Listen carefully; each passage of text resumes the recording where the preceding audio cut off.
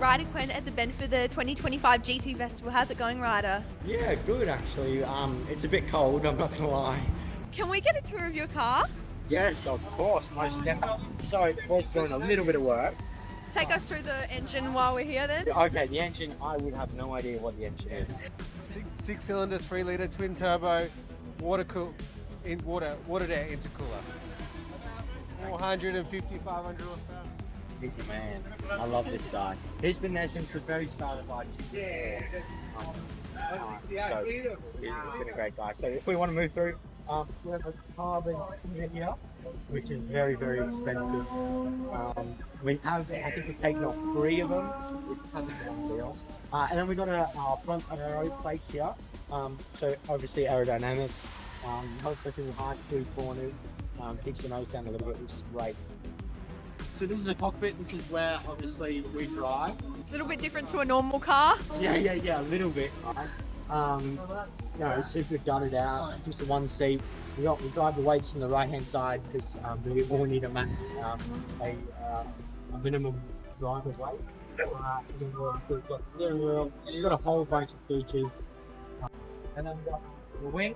So we can adjust this up, down, which gives us our different aero platforms, which is good. So that's just another tool that we can adjust the car with. So yeah, again, around here, I think it's turn 7, 8, 9, 10, the fast right-handers. We'll be playing around with this the whole time, especially with the long straight as well. If you're lacking on a straight line, it's maybe because you got too much brake in that. Have you raced on this track this weekend yet? Yeah. So I actually just came from our first session. So I think we were, I don't even know, I think we were 10th or something, which is still good. We have slightly older tyres. Tyres ballooned. It's my first time back in the car, so we dust off the cobwebs a little bit. That's all good. How do you think you're going to go with race 2 and 3 with those slightly looser tyres? Because obviously they're going over the mountain a bit in their lifespan. Yeah, correct. I mean, not so much on this tyre because this Pirelli tyre is a great tyre. It's a little bit harder, so it's a bit of a harder compound, which lasts a bit longer. But you're right, this track not so much, but maybe SMP, Sydney Motorsport Park. We have massive tyre degradation there, even on this tyre. So maybe after that track is 3 laps and they're gone, and you've lost a second. So it's quite a big peak and means you have to be on it quite early. Whenever you've been racing here, have you ever felt like you're about to spin out or anything like that? Yeah, I've spun here before. Yeah, plenty of times. You're not pushing hard enough unless you're getting close to that. So back I remember Cup car. I think I spun here. The high speed stuff out the back. That was pretty scary. And then in that session, obviously, when our tyres ballooned up, there was a bit of less grip. Yeah. There was a few times across there as well. So, but it's all part of it.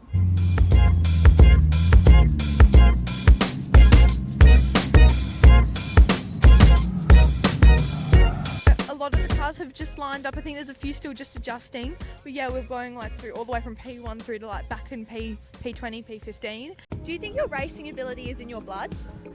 I don't know about ability. I think racing is in my blood. Obviously no one's gone too professional in my family. I, for a big chunk of my younger/teen life, I was still striving for it. Now I just do it for a bit of fun with my stepbrother.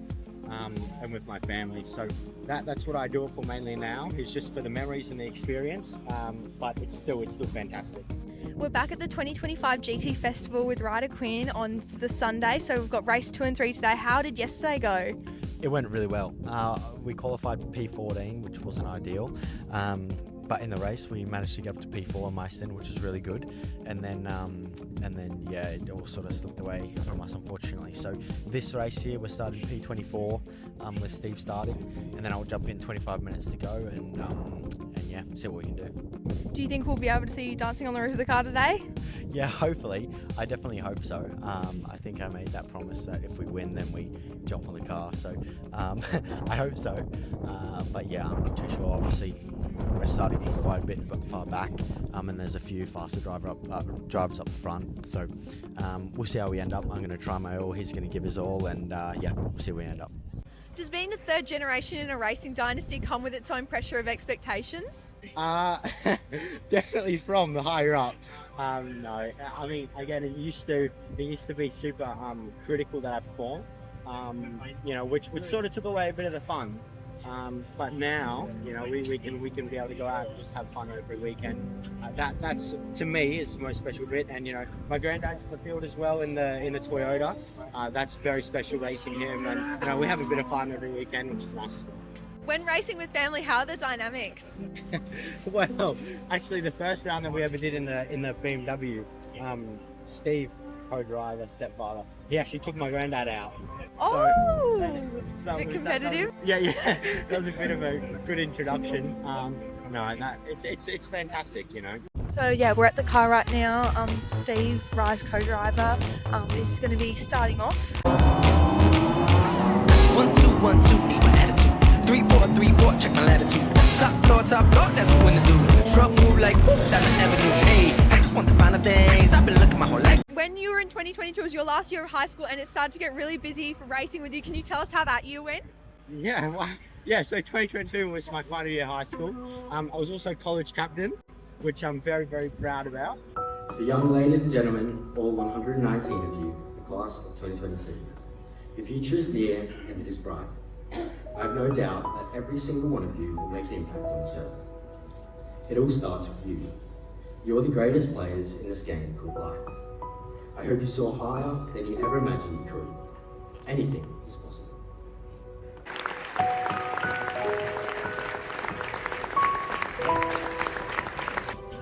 It was a bit of, that was big, juggling, obviously grade 12 school and exams and captaincy and racing. I think I was away, I think it was 20 weekends of that school calendar year, so it was quite busy, quite a busy time. How do you kind of manage being present? Because obviously being captain, you have to be present for a lot of assemblies and then you're away for racing weekends. How did you be present wherever you were? Because I understand that's important to you. Yeah, well, I mean, especially back then, it was a bit of different times with the with COVID. So a little bit of my captaincy, we were doing some assemblies online, speaking online. So I could be sort of anywhere. So I did do a few assemblies overseas and whatnot, which was pretty cool and a pretty cool experience, to be fair. If anyone has that sort of aspiration to go on and be a college captain or a leader, definitely do it. It was a great experience for me.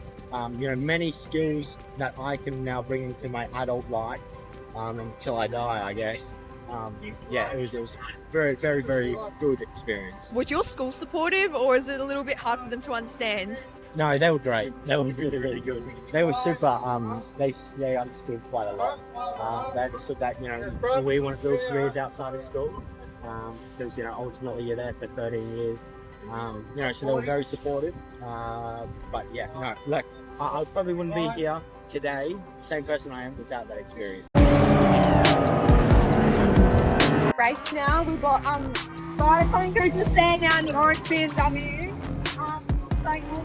Steve, we're well into the race and it's been absolutely competitive.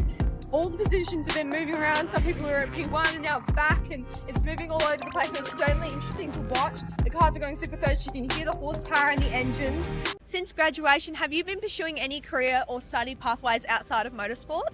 Yeah, many different career paths I want to sort of dabble in. I do a few things with our family office, CJQ Private back in the Gold Coast, and with the PAF, so our foundation that we have also. But also, aside from that, I manage a steel fabrication company, so Black Diamond Steel and Supplies. That's a bit of my family, That complements Steve, my stepfather, and his building business. Looking back, do you think you were kind of doing a business degree from birth growing up in an entrepreneurial family? Good question. Look, I mean, there was obviously times where I was, my dad lived at the factory at Galilee. In Sydney, he lived there for X amount of years, and so I don't really see him every so often. And when I would, we'd be at the factory. So they are fond memories that I look back on. But yeah, to answer the question, yeah, I guess so. I have so many knowledgeable people that I can rely on and talk to. I'm quite fortunate in that respect. I remember every week, every Monday morning, it was like 7 a.m. They'd have a meeting and they'd go through and try all the products and stuff, like 7 a.m. on a Monday every single week, which I'm sure got pretty hectic for him. I think he'll admit they put on a few kebs then, but it's yeah. It's a good experience. It was a bit like a real life Charlie and Chocolate Factory. Like I'd go to Dad and say, hey, can we look at doing like a sour jelly bean? I remember this sour jelly bean, and he actually did it. Like a few months later, I was there and there was a little bag of sour jelly bean. It was really cool. It was really cool. Do you think they can teach how to run a business at university? You know, especially in the path that I'm trying to do, I didn't go to university. I'm doing a few courses here and there, like a few 2-day courses. I'm trying to gain my theory knowledge. I think university is great for the theoretical, and especially nowadays, you need a lot of theoretical knowledge because there's so many legal legislations and regulations that you have to apply to. So I think yes, the theory is fantastic. I think it's not real well. You know, there's lots of things. You know, in university you can't get burnt by someone not paying. Like that's just life. You know? There's so many ups and downs in businesses, and you're 21. General manager of a steel company, and also you're racing on world circuits. Does Ryder Quinn know how to chill out? A little bit. I mean, definitely. That's a great question. I do, but now I feel like there's so much more capacity that I could be doing some more things on. So I'm looking at a few further things, which will be nice as well. But I mean, my chill time is getting home, and I have 2 cats that I love so much. So that's my chill time, is getting home, making some dinner. And... Do you have a go-to like meal just before or just after a race weekend? Really?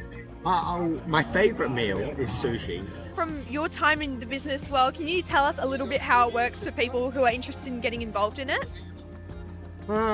What bit do you want to know? There's so many different aspects. The rawness and the coldness and the ups and downs and what people can't really be taught at school, especially. Yeah, I mean, one of the biggest things, and that everyone would experience, no matter what they're doing, is the feeling that you get and the feeling in your chest when something isn't quite right. You know, and that stuff, you know, whether it's being able to pay rent the next month or, you know, you can feel that, you know, and waiting for people to pay. Like, just things like that, like you said, university can't really get that, like, you don't feel that. There's just the feelings involved and aspects like that, that, yeah, is a bit of a challenge, but, you know, as long as you work hard and stay focused, and I'm sure you can get there.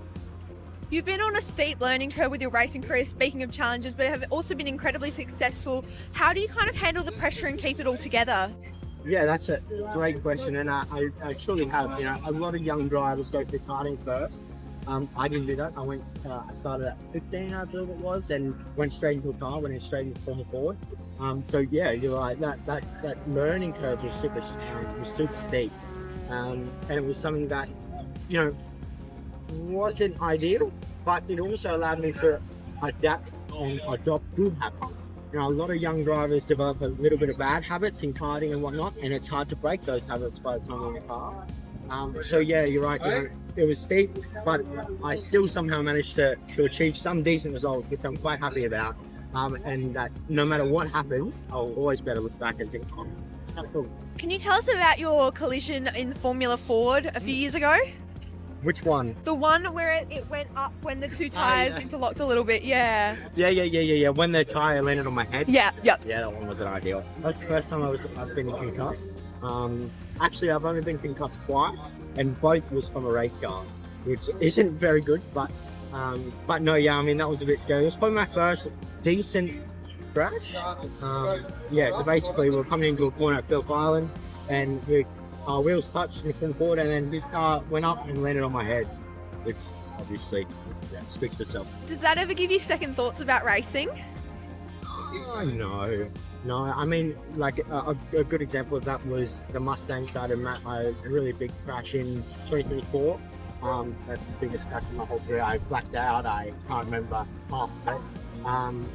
But then the next year I came back in, done the exact same race, and unfortunately we DNF because of a failure. But you know, that's just a good example of you just need to get back on it, and you just need to keep pushing. You can't let that sort of setback hold you down. On another note, you not only come from a long line of race car drivers, but storytellers. If you're going to tell a story, make it a good one. Can you tell us about Ryder Quinn's essence? Wow. Yeah. Have you interviewed Tony? Yes. Right. We read his biography, Yes. Paddy Quinn, yeah. Great. You're great. Grandfather Paddy Quinn said, if you're going to tell a story, make it a good one. I think with your book, you've certainly achieved this. Yes, but unfortunately, my grandfather, who could tell a good story, most Irishmen can't, he died and didn't leave enough of his story behind. And so that's why I decided to write my story. Obviously, you know, he's a fantastic storyteller. You know, how old is he? 67. My granddad, I love him to bits. He's a fantastic storyteller, super knowledgeable. Been through so much. You know, they've moved, they've moved overseas, just everything. So, I mean, I can try be a bit of a storyteller, but I don't think no one will copy it. Can you tell us, the audience, a little bit about you outside of business and racing? A bit about who you are as a person? I pretty much just race work. Yeah, try to look for a few other things. I think from a personal side, I'm quite a softie. I love my mum. I love my family. I love spending time with family. I'm quite a family-orientated person. I like to have a good time. I don't party. I don't drink. Well, what's on your playlist right now? Oh, well, that's something about me. My playlist is everything and anything, from classical to rock to rap to jazz, everything, absolutely everything. My partner, my girlfriend, she's not too happy about it, because like we play my playlist and she's like, what is this? Sometimes it's a depressing song, sometimes it's a happy song. But, Well, that's like life. Everything, you go through all the different emotions. So, have you ever had on-track beef? Plenty of on-track beef. I remember, I mean, one that stands out. Oh, there's so many that stands out. Taupo last year, we just came off of a great weekend at Australian Grand Prix where I got my first podium in the Torquay Cup. It was a great round. And then we went to Taupo and I qualified, I think it was 5th, and then in race 1 I got taken out by someone who's a good mate of mine. He's a great guy. But yeah, you know, there was a bit of push and shove, which, you know, it's all in the heat of the moment. You know, yeah, everyone. Afterward, I will apologise. But, you know, those types of things, when you're so passionate about something, it just happens. But as long as you are grounded enough to be able to say, "I mean, sorry, that I know that wasn't on," I think it's somewhat acceptable. What does keep you grounded when you're racing, and especially in those high pressure moments? The big thing is actually breathing. Like when you're in a race car, and any sport, to be fair, or any situation where you're highly flustered, you know, you don't realise it, but your heart starts beating fast and you start breathing heaps. You just need to be able to control your breathing and just take a step back, try to see the situation from outside the box a little bit. And that's how I try to stay as level-headed as possible. But yeah, I mean, like I said, when you're so passionate, it's very hard to do that. So my biggest technique is breathing. At 21 years old, what's the most important life lesson you've learnt so far? There's been too many. There seriously has been too many. I cannot give you a single. There's so many. Oh, that's a hard question. Okay. Come back to it. Okay. You've still got plenty of life ahead of you, and I'm sure. Yeah, I'm sure you're already living by stuff, and you don't even know. As you were saying before, there's just things you don't know. At your age, how do you manage to run a business without having gone to university? Yeah, well, and this is exactly comes back to, you know, one of the biggest things is having good people around you. You know, I have guys, we're a team, right? Like, I have guys that, you know, compliment me, I compliment them. We look for direction, and we bounce off each other's skills. You know, I don't have the experience of 20 plus years in the industry, but you know, if I can get on their level and try to learn from them and rely on their expertise and their style, then yeah, that's how we run it. That's how I try to run it. Is by, you know, it's a big family. Yeah. That's fantastic. Do you have any dance moves you want to have for your credits of your episode? Definitely not. Are you sure? Definitely not. No. Do you think we'll be able to see you dancing on the roof of the car today? Yeah, hopefully. I definitely hope so. I think I made that promise that if we win, then we jump on the car. So I hope so. But yeah, I'm not too sure. Obviously, we're starting quite a bit far back, and there's a few faster drivers up the front. So we'll see how we end up. I'm going to try my all. He's going to give his all, and yeah, we'll see where we end up.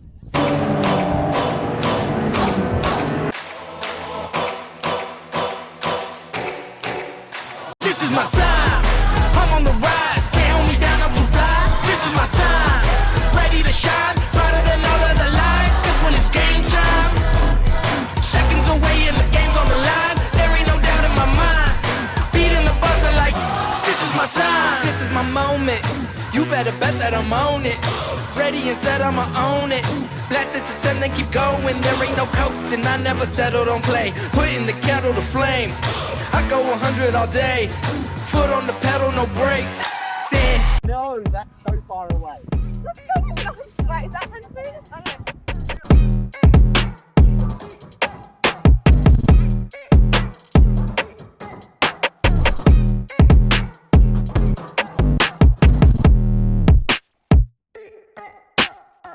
This is awesome. We call it a tie. Nice Yeah. job. This is super cool what you're doing. So. Thanks so much, and thank you. Thanks so much for coming on the show. I hope everything goes well this weekend with your team and everything. And as this is a very busy time for you, and hope everything goes well. Thanks so much. You're a bit off. No, thank you very much. Lovely meeting you, and yeah, good luck with everything. Thank you very much.